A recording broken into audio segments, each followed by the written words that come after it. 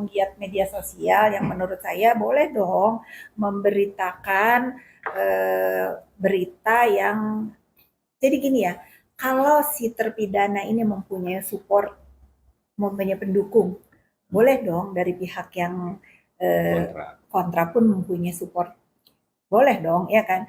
Saya lihat postingan dia tidak ada yang kira-kira nggak bener gitu. Kalau dia memang Mercer ini ngebully, jangankan si terpidana ini, saya duluan yang akan tegur gitu. Tapi setelah saya lihat nggak ada. Tapi gini ya teman-teman ya, kalau tujuannya si terpidana ini mengupload wajahnya Mercer ini, mencari alamat untuk tujuannya silaturahmi ya nggak masalah. Tapi kalau memang tujuannya, misalnya ya ada laporan atau apa-apa, kenapa sih nggak polisi aja yang nyari? Kenapa harus dia yang nyari gitu? Ngebantuin polisi atau apa? Jadi admin. Jadi admin. Jadi nggak usah ditanggapi lah. Sudahlah ya. Kita juga harus stop nih ngebahas hal-hal yang konteksnya bullying, intimidasi dan lain-lain ya. Saya rasa Mercer juga nggak gentar ya. Kalau sekedar mukanya diupload itu resiko dari dia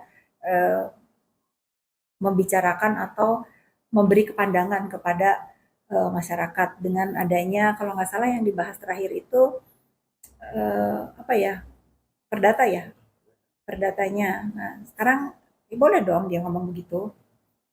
Kan saya kasih kasih perumpamaan lah nih ya, perumpamaan ya, saya misalnya di rampok orang nih di jalan, ya kan, saya dirampok orang.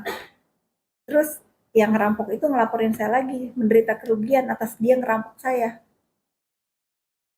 Bagaimana kan yang harus yang menderita kerugian saya loh. Saya loh. Kan kalau kalau kita melihatnya ini, saya nggak tahu hukum nih, teman-teman saya yang ngerti nih. Eh, ya boleh dong orang ngomong begitu. Orang menuntut mau 1 triliun dia boleh, tapi kan harus ada pembuktian ya, audit yang benar.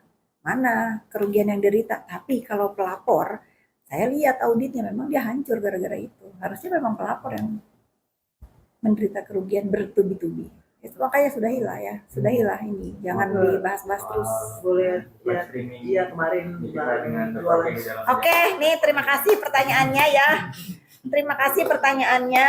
Jangan pilih kasih kepada Kepala Rutan Pondok Bambu. Izinkanlah semua tahanan itu bikin keranjang kuning di dalam tahanan. Jangan tanggung dong, nggak boleh kita pilih kasih.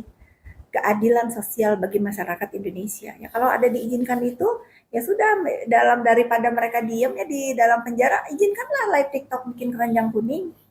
Aku, kenapa kamu ketawa? Nah ini kan saya ya, kalau misalnya gitu, ya tapi ya ini kita serius dulu ya.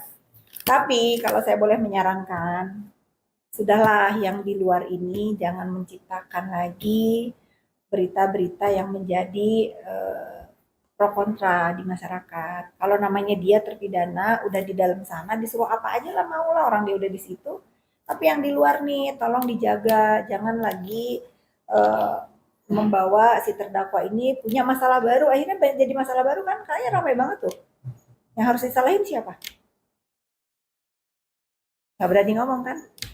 Yang ngajak yang harus ditegur, nggak boleh begitu. Kasihan lah, udah. Saya kali ini kasihan ya sama terdakwa ya, karena gara-gara orang yang di luar nih dia punya masalah baru. Kalau dia dimasukin ke selfie gimana? Coba, kalau dia dimasukin ke selfie atas pelanggaran ini, apa yang ngajak live itu yang, kalau nggak suruh aja yang ngajak live yang masukin selfie sana. Jangan ketawa dong. Ini opini saya sebagai masyarakat. Saya nggak lihat. Kemarin saya lagi sama kalian kan. Kita lagi di kantor Persia, lagi di Jakarta Utara, ya rame. Ini kak ada ini. Apaan? Waduh, kalau begitu ya saya nyeletuk aja. Bikinin aja sama tahanan keranjang kuning. Gantian lah. Untuk terkait Reza Gadis yang menggugat balik jadi bagus. Bahkan kalau saya lihat auditnya lebih dari itu kerugiannya. Kalau Reza Gladys menggugat dia, ada datanya. Kalau dia menggugat Reza Gladys, ada nggak datanya? Hati-hati loh ini. Kerugian apa aja? Selain paten, kemudian juga pengacara juga bilang sih ada selain di paten. Ya kalau namanya usaha ya. Yang namanya usaha kan kita punya manajemen. Ya pasti kalau Reza Gladys merasa kerugian itu dia bisa membuktikan secara fakta dan data. pasti dari auditor yang benar-benar bisa dipercaya. Hati-hatilah. Sudahlah ya. Tapi waktu itu ada angka 500. Kalau saya jadi Reza, saya gugatnya 1 T. Kalau saya jadi Reza. Iya enggak? Apalagi lawyer saya begini. 5 T kali digugat sama amit-amit nih. Udah ini bercanda ya. Tapi saya tuh berharap gini ya teman-teman ya.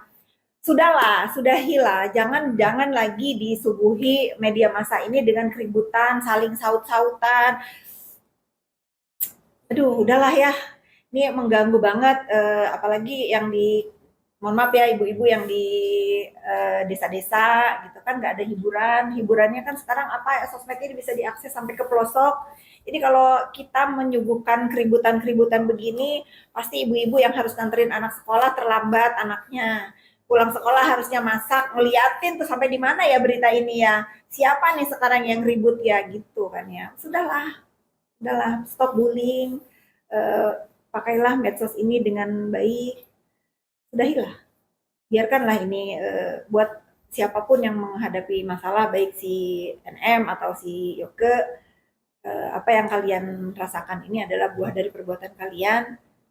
Jalanilah. Kalau memang kalian memang mempunyai upaya-upaya untuk menyelamatkan diri di masalah hukum, lakukan.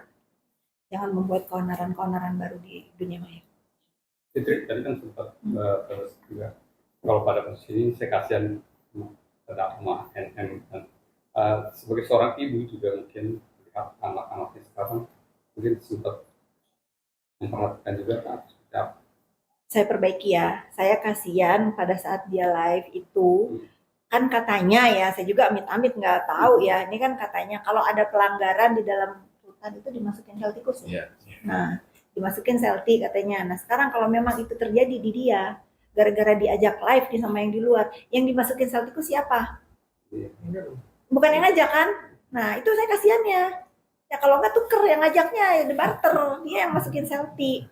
Gitu. Nah ini kasihan sama dia. Kalau dia masalah dengan anak ya sudah pasti saya kasihan. Apalagi kan bagaimanapun saya pernah deket sama dia. Kadang-kadang di handphone nongol tuh foto-foto lagi saya ngajak anaknya main masih kecil-kecil gitu ya. Itu saya drek-dek gitu kalau itu. Tapi ya balik lagi kalau dia kasihan sama anaknya sudah perbaikilah sikapnya ke depan. Kalau dia udah selesai menjalani. Coba berkomunikasi dengan anak. Saya tidak suka dan tidak mau menambah masalah. Belum tentu niat baik saya pun diterima dengan baik. Nanti dibilangnya nggak ada juga, nggak ada urusan lah. Pokoknya biarkan aja apa yang ada di hati saya terhadap, baik itu terhadap terdakwa atau anak-anaknya, biar jadi rahasia saya. Tapi atas apapun yang si terdakwa lakukan terhadap diri saya udah maafin. Ya.